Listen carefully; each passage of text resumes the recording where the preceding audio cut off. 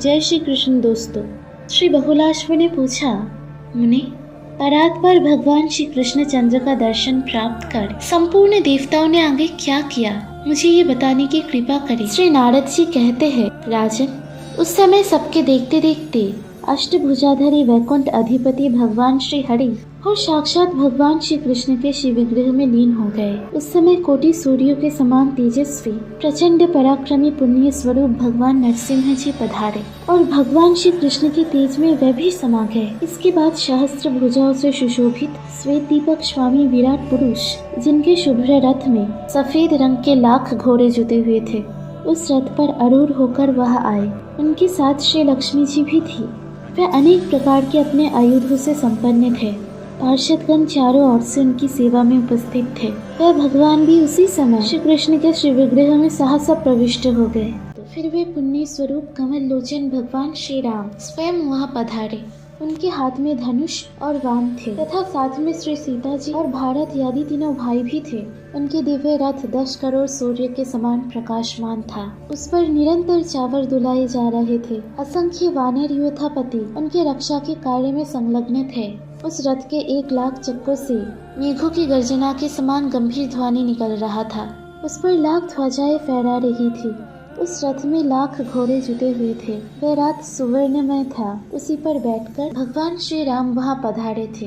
वह भी श्री कृष्णचंद्र के दिव्य विग्रह में लीन हो गए। फिर उसी समय साक्षात यज्ञ नारायण श्री हरि वहाँ पधारे, जो प्रलय काल की जजाप्रियमान अग्नि शिखा के समान उद्भाषित हो रहे थे। देवेश्वर यज्ञ अपनी धर्मपत्नी दक्षिणा के साथ ज्योतिर्मय रथ पर बैठे दिखाई देते थे। वह भी उस समय श्याम विग्रह भगवान श्री कृष्णचंद्र में लीन हो गए। तत्पश्चात साक्षात भगवान नर नारायण वही पधारे। उनके शरीर की कांति मीत के समान श्याम थी। उनकी 4 भुजाएं थी, नेत्र विशाल थे और वे मुनि के वेश में थे।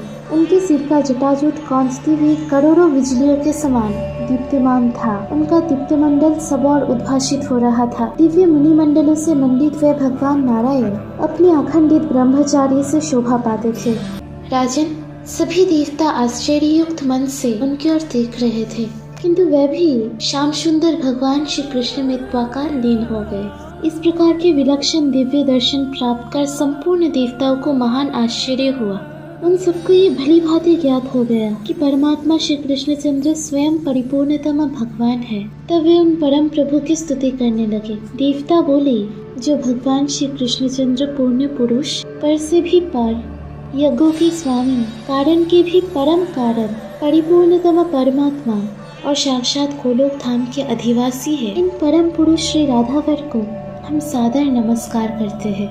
योगेश्वर लोग ये कहते हैं कि आप परम तेजक पुंज है। शुद्ध अंतःकरण वाले भक्तजन ऐसा मानते हैं कि आप लीला विग्रह धारण करने वाले अवतारी पुरुष हैं। परंतु हम लोगों ने आज आपके जिस स्वरूप को जाना है वे अद्वैत, सबसे अभिन्न एक अद्वितीय है। अतः आप महत्तम तत्व एवं महात्माओं के भी अधिपति है। आप परब्रह्म परमेश्वर को हमारा नमस्कार है। कितने विद्वानों ने व्यंजना, लक्षणा और स्फोट द्वारा आपको जानना चाहा, किंतु फिर भी वे आपको पहचान न सके, क्योंकि आप निर्दिष्ट भाव से रहित थे।